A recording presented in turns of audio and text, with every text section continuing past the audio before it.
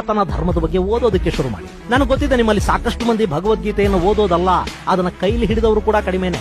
ನೀವು ನಿಮ್ಮ ಧರ್ಮದ ಬಗ್ಗೆ ತಿಳ್ಕೊಳ್ಳದೆ ಇದ್ರೆ ಅದನ್ನ ಉಳಿಸ್ಕೊಳ್ಳೋದು ಕಷ್ಟ ಆಗುತ್ತೆ, ಮತ್ತು ನಿಮ್ಮ ಧರ್ಮದ ಮೇಲೆ ದಾಳಿ ಮಾಡುವ ಬಾಯಿ ಬಡಕರನ್ನ ಎದುರಿಸೋದು ಕೂಡ ನಿಮಗೆ ಕಷ್ಟ ಆಗುತ್ತೆ. ಬರೀ ಸೋಷಿಯಲ್ ಮೀಡಿಯಾಗಳಲ್ಲಿ ನಿಮ್ಮನ್ನ ನೀವು ಹಿಂದೂ ಹುಲಿಗಳು ಅಂತ ಹೇಳ್ಕೊಳ್ತಾ ಅವರಿವರನ್ನ ಬೈಕೊಳ್ತಾ ಹೋದ್ರೆ ಧರ್ಮ ಉಳಿಯೋದಿಲ್ಲ. ಅದನ್ನ ನಿಜವಾಗ್ಲೂ ಕಾಪಾಡಬೇಕು ಅನ್ನೋ ಕಾಳಜಿ ನಿಮಗಿದ್ರೆ ಮೊದಲು ಧರ್ಮದ ಬಗ್ಗೆ ತಿಳ್ಕೊಳ್ಳಿ. ಭಗವದ್ಗೀತೆ, ರಾಮಾಯಣ, ಮಹಾಭಾರತಗಳನ್ನಾದ್ರೂ ಓದೋದಕ್ಕೆ ಪ್ರಯತ್ನ ಮಾಡಿ. ಒಬ್ಬ ಕ್ರೈಸ್ತ ಬೈಬಲ್ ಓದ್ತಾನೆ ಅನ್ನೋದಾದ್ರೆ, ಒಬ್ಬ ಮುಸಲ್ಮಾನ ಕುರಾನ್ ಅನ್ನ ಅಧ್ಯಯನ ಮಾಡ್ತಾನೆ ಅನ್ನುವಾಗ ಭಗವದ್ಗೀತೆ ಓದೋದಕ್ಕೆ ನಿಮಗೆ ಯಾಕೆ ಸಂಕೋಚ? ಬ್ರಾಹ್ಮಣರು ಅದೆಲ್ಲವನ್ನೂ ನಮ್ಮಿಂದ ಕಿತ್ಕೊಂಡ್ರು ಅಂತ ಈಗಲೂ ಅದೇ ಹಳೆಯ ಆರೋಪವನ್ನ ಮಾಡ್ತಾ ಕೂತ್ಕೊಳ್ಳೋದಕ್ಕೆ ಹೋಗಬೇಡಿ. ನಿಮಗೆ ಅರ್ಥವಾಗುವ ನಿಮ್ಮದೇ ಭಾಷೆಯಲ್ಲಿ ಸಾಕಷ್ಟು ಭಗವದ್ಗೀತೆ ಹಾಗೂ ಧರ್ಮದ ಕುರಿತಾದ ಸಾಕಷ್ಟು ಪುಸ್ತಕಗಳಿವೆ. ಓದೋದನ್ನು ಪ್ರಾರಂಭ ಮಾಡಿ. ಸನಾತನ ಧರ್ಮ ಅನ್ನೋದು ಜ್ಞಾನದ ಸಾಗರ.